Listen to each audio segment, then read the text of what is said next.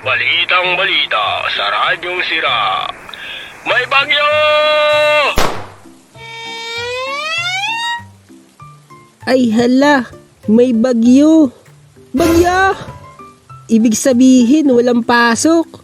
Yehey! Yung bubang! Binabawi ko na. Ayoko na ng bagyo.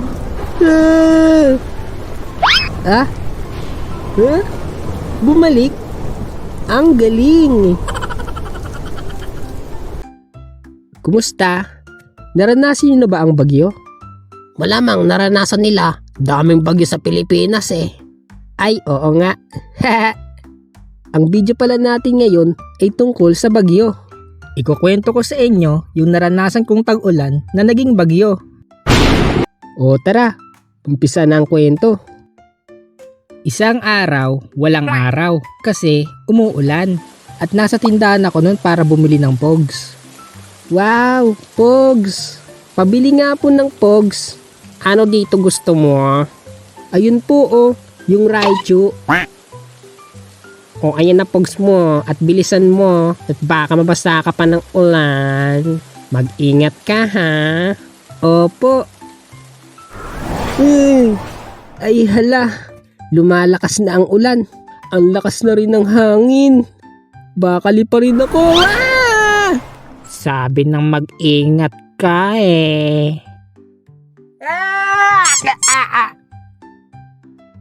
Ang lakas ng ulan.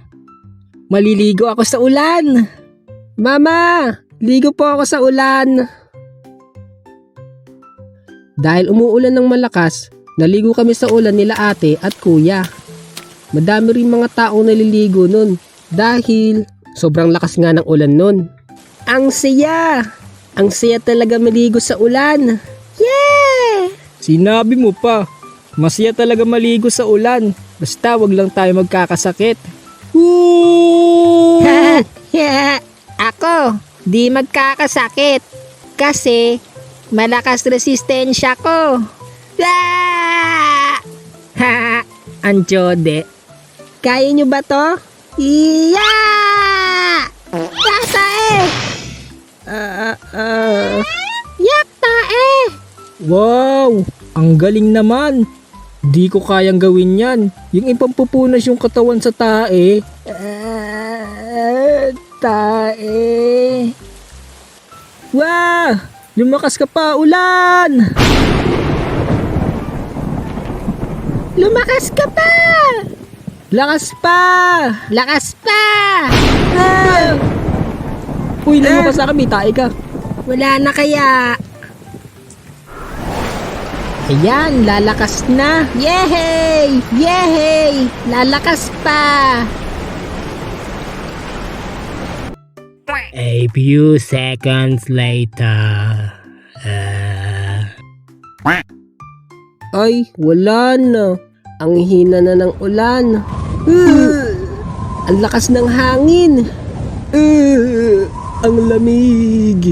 Ang hina ng ulan, pero ang lakas ng hangin. Ang lamig. Napapawakanda forever ako. Dahil mahina na nga ang ulan, kaya pinauwi na kami ni Papa para magbanlaw. O tara, umuwi na tayo. Mahina na ang ulan. Opo, Papa. Ano ba yan? Lalakas pa yan, Papa. O sige, diyan ka lang ha. Pag uwi mamaya, palo aabutin mo. Ito na nga po eh. Uuwi na po. Ako, mamaya na uuwi. Lalakas pa yung ulan eh. Ang lamig. Naranasan nyo rin ba yung akala nyo wala ng ulan? Kaya umuwi na kayo sa bahay. Tapos nung nakauwi na kayo ng bahay, biglang lumakas yung ulan.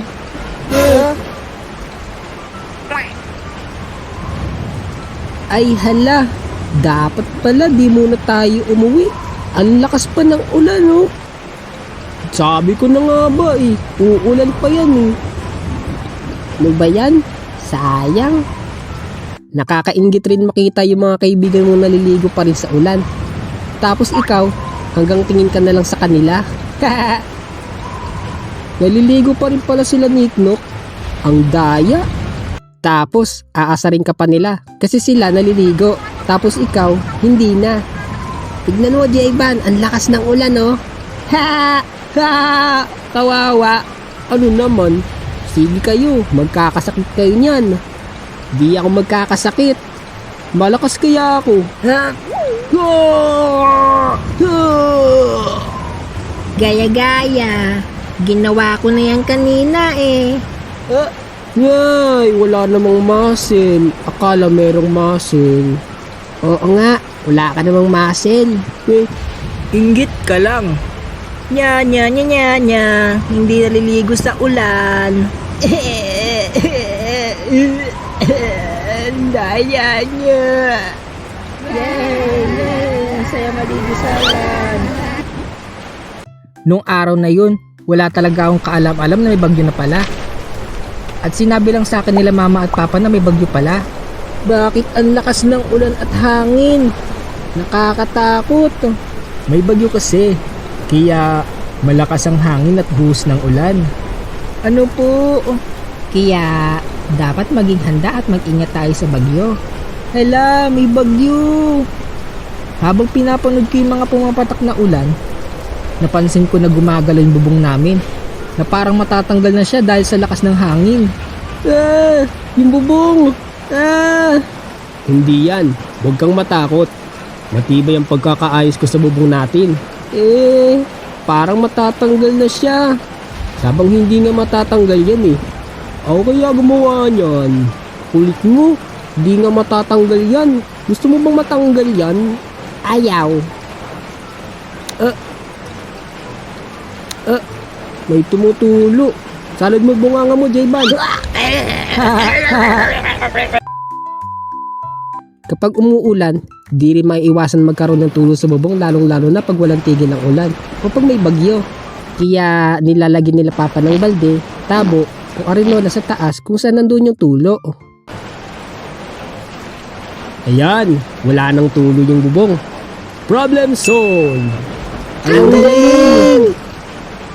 At para malaman kung may bagyo, nanonood kami ng TV o nakikinig kami ng radyo. Dati kasi sa TV at radyo mo lang talaga malalaman kung may bagyo ba o wala. At dun mo lang din malalaman kung may pasok ba o wala. Nung nalaman naming walang pasok dahil may bagyo, tuwang-tuwa kaming magkakapatid. Yay! Yay! Walang pasok! Walang pasok! Walang pasok! Ibig sabihin, walang baon. At ibig sabihin din, di ako makakabili ng laruan sa harap ng school. Okay lang, mas masaya walang pasok. Makakalaro ako sa labas. La la la la la. Ay, baha! Baha. Isa sa problema sa Pilipinas tuwing may malakas na ulan o bagyo, ang baha. Dahil sa walang tigil na pagbuhos ng ulan, nag-uumpisa ng tumaas ang tubig baha. Tignan mo oh, nagkakaroon na ng baha. Tumataas na siya. Wow! May swimming pool na tayo. Chocolate flavor. Dapat pala ngayon ako naligo para habang naliligo ako, may baha. Oo nga no. Kadiri naman kayo. May mga daga, basura at taiyan. Magkasakit pa kayo. Tama. Masama lumusong sa baha. Lalong-lalo na pag may sugat ka. Naku. Baka magka-leptospirosis pa. Ay hala. Baka may crocodile rin dyan sa baha. Ikaw unang kakainin nun pag lumabas yung crocodile. Lagot ka. Hindi ako kakainin nun. Magiging kaibigan ko yun.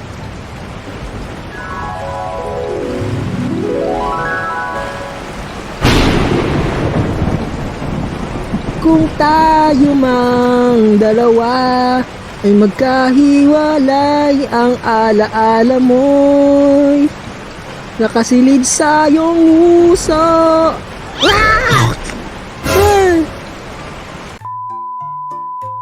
Nakaligo na ba kayo sa baha? Hindi. Oo! Di kami naliligo sa baha. De, joke lang. Nakaligo pala kami. Wow! Ang sarap maligo sa baha! Woo! Yay! Para tayong nasa swimming pool. Ha! Ha! Yo! Ayoko na maligo. Ang baho. La! Hindi kaya mabaho. Huh? Ah! Tae! Ah! Wow! Langoy! Kadiri. Pero kahit ang dumi ng baha, ang saya-saya naming naliligo sa baha dati. Huwag lang yung lagpas tao o abot bubong na baha. Delikado yun. Kailangan na nating lumikas nun. Huwag kayong maliligo sa baha para maiwasan natin yung mga sakit na nakukuha sa baha. Sinasabi mo yan habang naliligo sa baha. Ang lakas ng tama mo. Ay, sorry. Nung kinagabihan, sobrang lakas ng ulan at hangin. At sa pagkakatanda ko, may kapitbahay kami nakitulog sa bahay namin. Dahil yung bahay nila ay pinasukan na ng baha. At sa pagkakatanda ko, may dala-dala silang sanggol nun. Tayo ay lumikas. Oh yeah! Nagpalipas sila ng gabi sa bahay namin. Nakauwi lang sila sa kanilang bahay nung humupa na yung baha sa bahay nila. At may mga nahuli pang isda sila papa at tito nung humupa na yung baha. At nilagay nila ito sa dating aquarium namin. Tapos pinatagal muna doon para luminis yung isda at para pwedeng lutuin. At dahil nawala na yung bagyo, humupa na yung baha at may araw na, kaya may pasok na kami sa eskwelahan. Tara, pasok na tayo sa school. Bye-bye!